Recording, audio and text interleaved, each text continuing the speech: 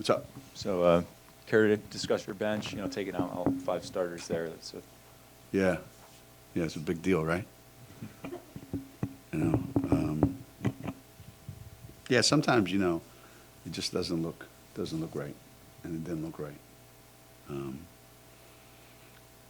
It's, like I was saying earlier, it's gotten to the point where coaching, you just make suggestions now. You can't tell people what you want them to do. You just make a suggestion. If they want to do it, they do it. If they don't, they don't. So I suggested that they sit down. So we were even, 1-1. Got a very immature team, I think. And it shows up in, the inconsistency at times. I think the fact that USF was down so many players, I think the collective mood of the team going out there probably was, we don't really have to get up for this game. They're really depleted, which is a sign of immaturity. What can I tell you? It's as simple as that. And Kristen, she attempted only 2 shots all day. Is that, what do you chalk that up to? Is that, sure, a little bit of it is being young, but. I don't know. I have no idea. I mean, she don't work really, really hard at it, so that's got something to do with it, I think the sign of a really, really good player is someone who can have an impact on the game when they don't necessarily shoot it. They can do other things to help your team win, and players sometimes have to learn that. There wasn't going to be a lot of shots today, and we were trying to speed up the game so that there would be. I mean, we knew exactly what South Florida was going to do, because I would do the exact same thing if I was in Jose's situation. So they were just going to, run the shot clock down, and we're trying to speed it up. And when you speed it up, you get more things done, you get more people involved, and we weren't able to do that in the beginning for a lot of reasons, I guess. And once we started doing that a little bit better, then, but, our program generally has been, we talked about this, our program generally has been built around our defense, where we're able to dictate defensively more times than not what we want the other team to do. And we can make them play the way we want them to play. And it's getting harder and harder to do that these days.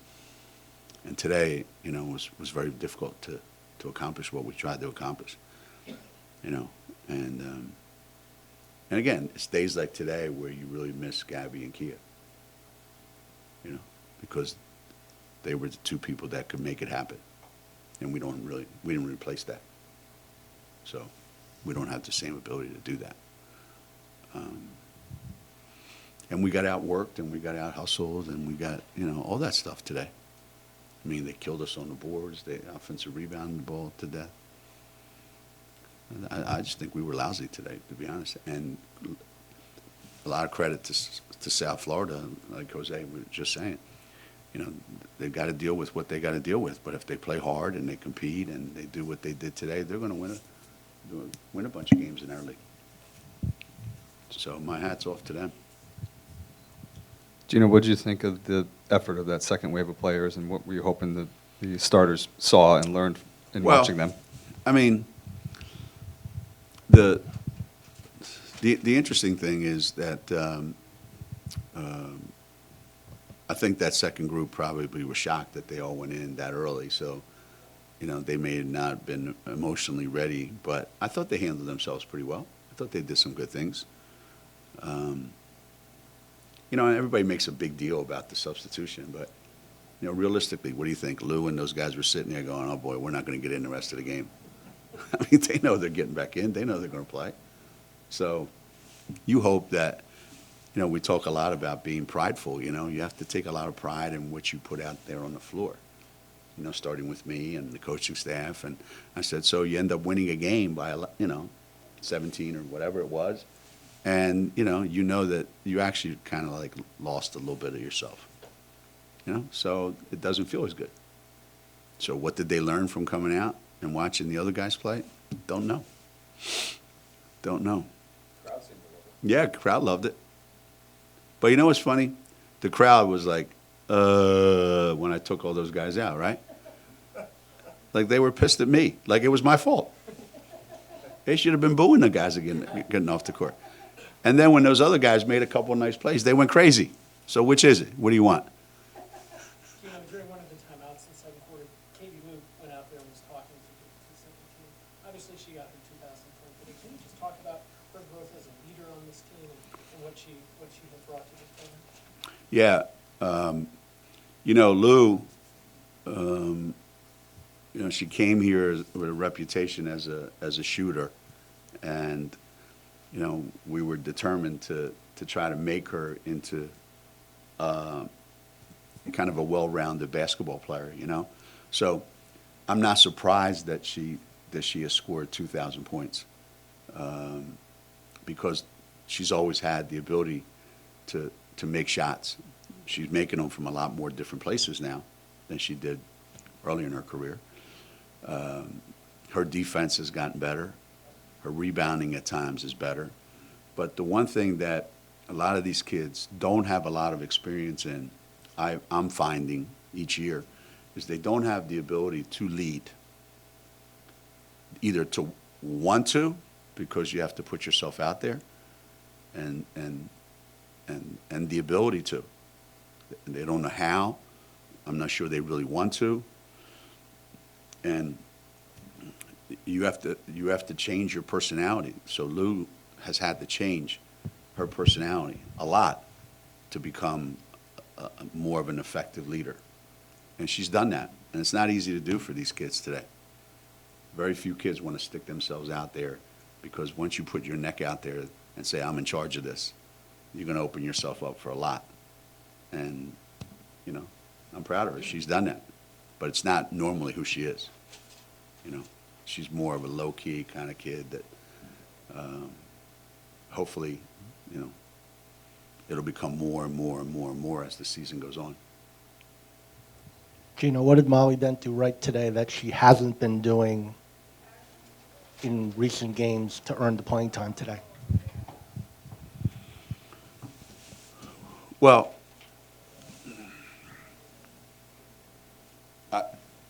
the object was to speed up the game.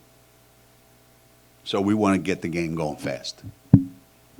And, you know, I don't know what Molly puts in her cereal every morning, but she's always on revved up a lot. So I figured let me put her in there and let her run around and stir things up a little bit. And she kind of did. She's in there scrapping, you know, for a loose ball or getting a rebound, and knocked in a couple shots. I mean, you know, that was probably the best part of the game, you know, that Molly actually had a chance to experience some success, you know, because she worked so hard at it. So I was thrilled for her. You know, how many minutes she played? She probably played more minutes today than she did all last year. How many? How many minutes? 13? She probably should have played more. When we talked the other day, or whatever it was Friday, the sort of thing you envisioned for her. Yeah. This was kind of it. 20 minutes she played. No, how many? Molly Bent. Wow, 21 minutes. It's a lot. It's good for her. And she missed the free throws, which, you know, I was surprised because she spends a lot of time working on her game. And when we recruited her, I thought, you know, any kid that works really, really hard, you root for them and you hope that they continue to get better and that you can find a spot for them. Usually in our program, there's always been a kid like that, and we've always found a spot for them. So I'm hopeful that, you know, going forward, that this could be pretty good for her. I know it's going to sound ludicrous, but you've always wanted to have a good scorer, somebody who could change the game coming off the bench. is it even possible that you could consider starting Molly and bringing Kristen off the bench because she gives you that scoring punch? Well, I mean, if I was really interested in bringing somebody off the bench that's going to take 2 shots and not score, she would be my first choice.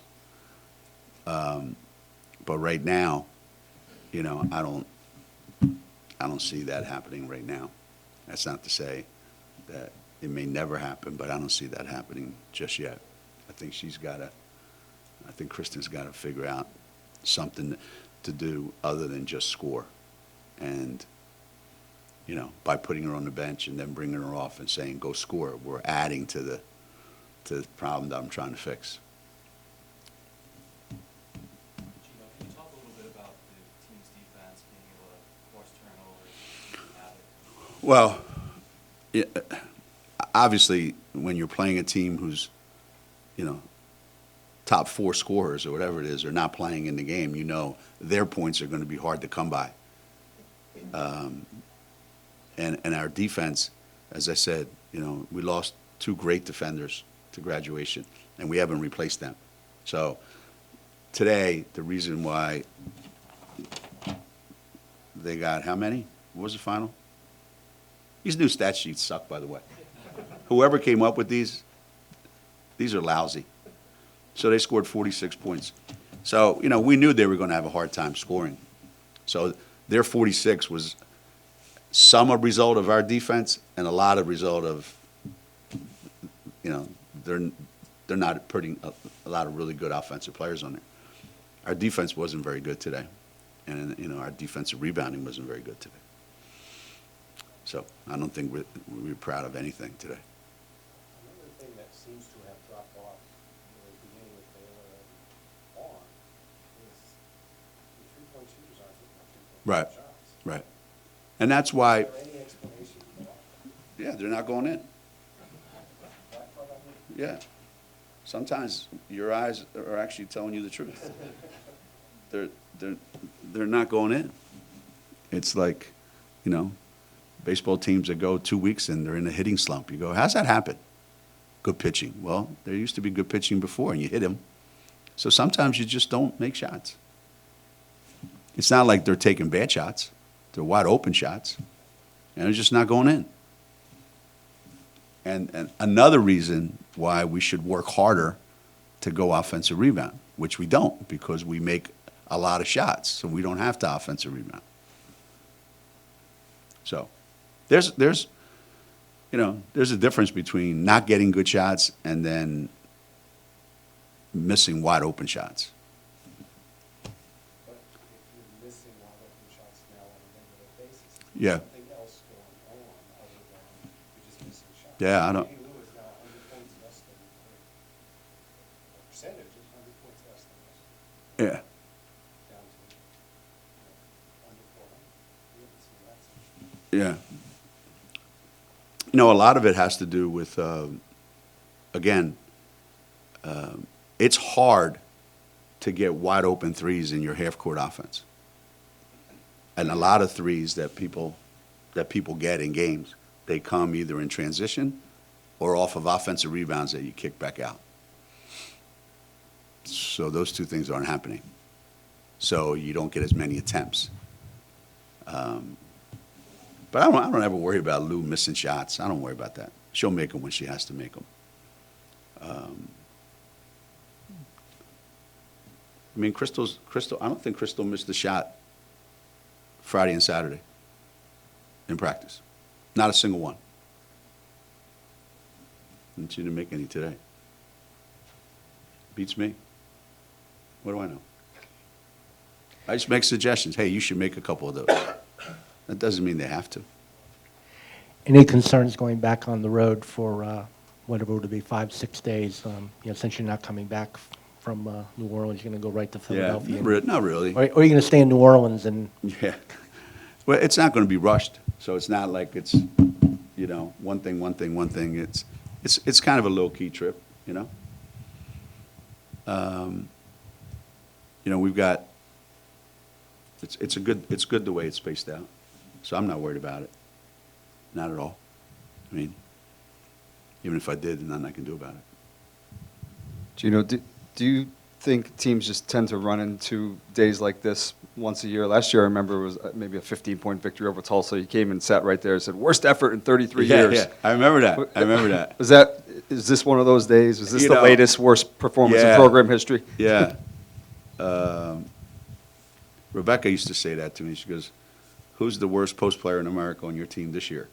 And because I used to call her that, then I called Kara that, and I called Stephanie Dolson that. You know, no, I've always said right around this time, it sucks because they've been sitting around for a long time in hotels, their apartments, no going to school, nothing.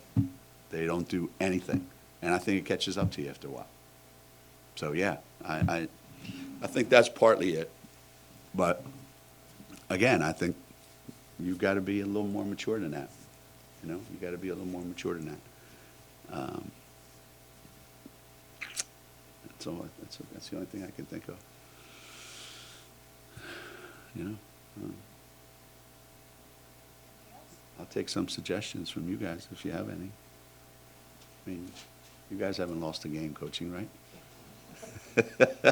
You're all undefeated. You're the only guys that have won more games than we have. Well, some of our fans, they haven't lost a game either. But other than that,